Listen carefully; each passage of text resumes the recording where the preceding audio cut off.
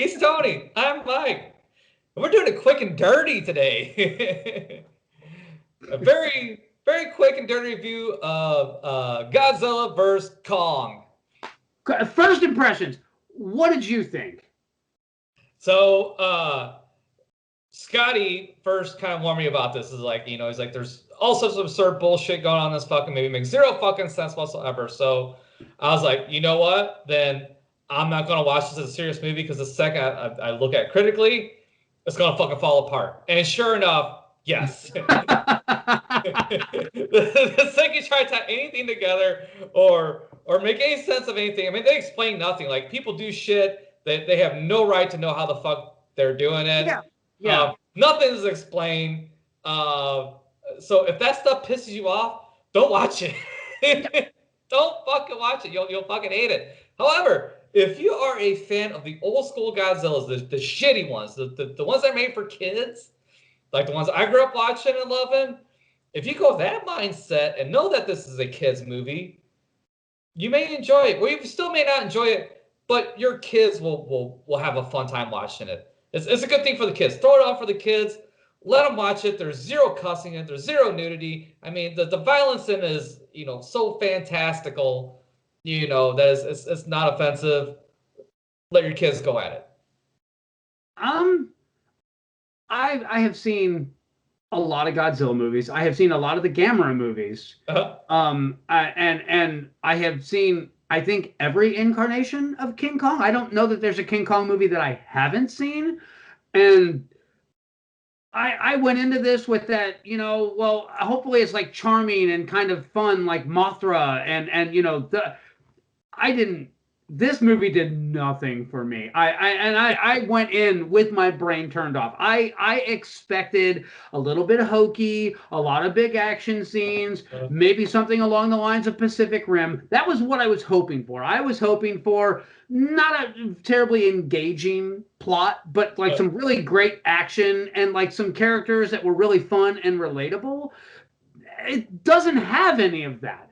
For me, King Kong and Godzilla are far and away the stars of this movie. They're the most interesting part of this movie. The only actor in this movie that earned their paycheck is the little deaf girl that was doing sign language to a giant green ball that someone told her, look here and do some signs, like this is who you're talking to.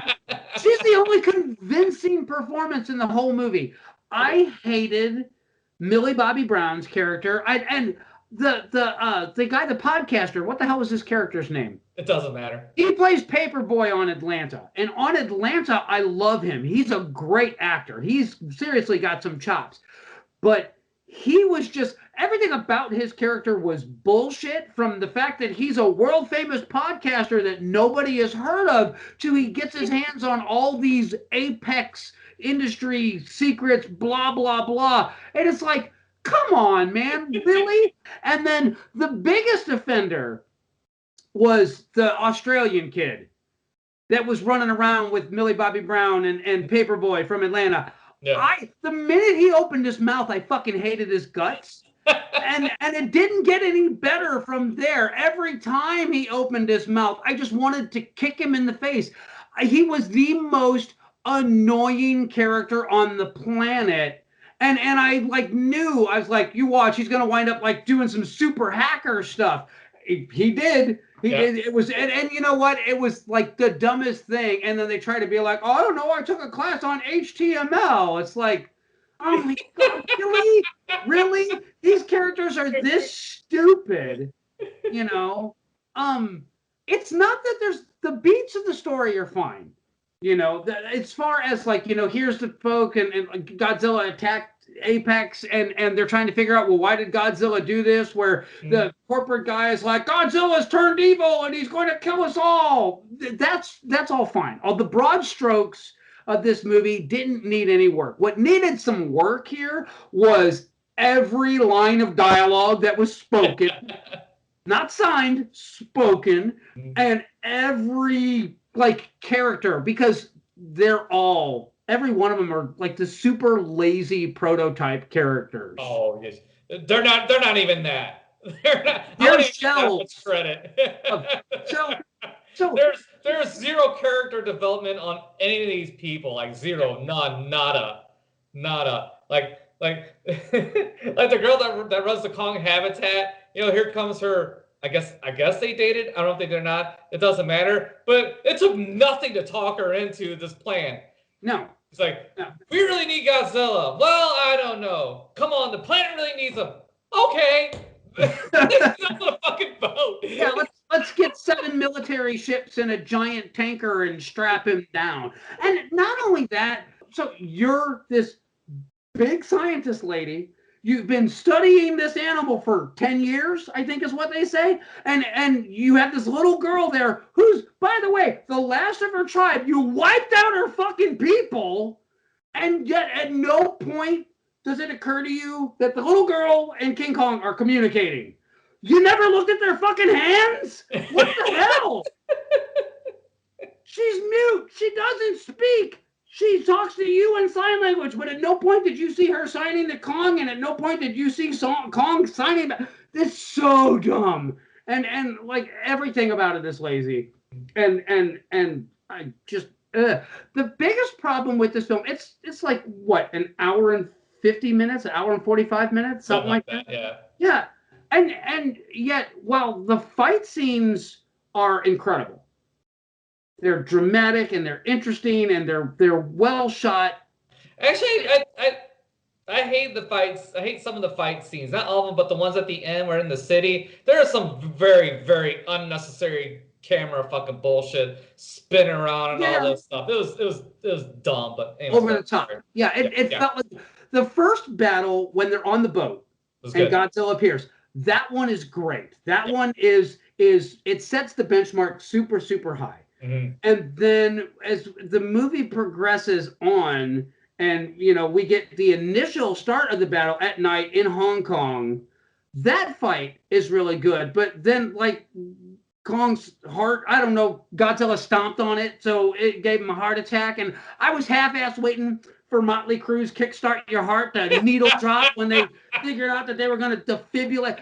Mechagodzilla was a bit of a letdown. It was. That was not a good design at all. That was awful looking. Grimlock from that Transformer movie is infinitely better than Mechagodzilla. Yeah, well, I was gonna say that's all I could see was Michael Bay's Transformers, because they're all overly complicated, and I'm thinking, the original Mechagodzilla, it's an interesting enough design. It doesn't need to be embellished. And if you're an engineer, you sure as hell don't need to put 50 million connections and joints and servos and gears and motors for no good reason. Yeah. It doesn't need to move organically. It's not an organic animal, nor is it designed to be an organic animal. It's designed to be powerful and to beat shit to a pulp and to basically kill Godzilla and King Kong. Oh, spoiler. To me, like the vast majority of this movie, it's very lazy. None of the characters are terribly likable. None of them are compelling. None of it's really interesting. Go back and watch the original movies. I think this was a dud as far as I'm concerned. I will never watch this again. And if you haven't seen it, you haven't missed anything. That's my take. And that's what I got. That's my take. What's your take? Okay. My take is this. If you're an adult, don't bother watching it. Don't waste your fucking time. Put it on for your kids so it'll entertain them for 2 hours, and you can go do off whatever it is you want to do. Because I think for kids it'll be perfectly entertaining for them. They'll love it, because giant monsters and all that stuff.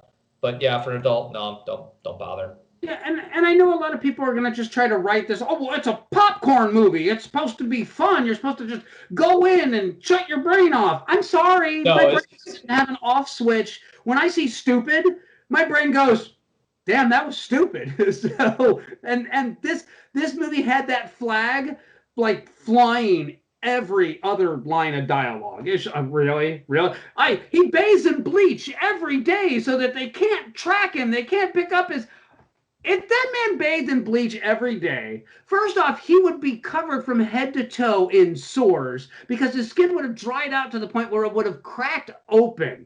He would barely look human. He would look more like an over-microwave plate of macaroni and cheese than he would like a human being. So yeah, I'm sorry. I just everything about this movie just felt lazy and insulting. And yet weirdly, here's the irony in all this.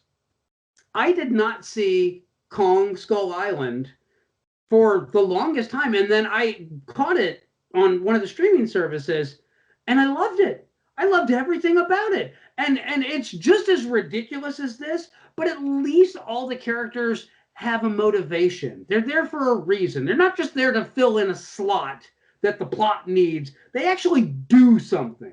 And they actually have a reason for being there. So my suggestion to you is skip Godzilla versus Kong, go back and watch Kong Skull Island, and just pretend like that's the only movie that was made, and call it a day.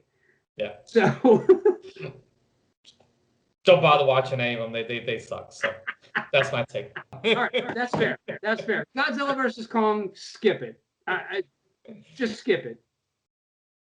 Anyways, we'll see you guys on the next one.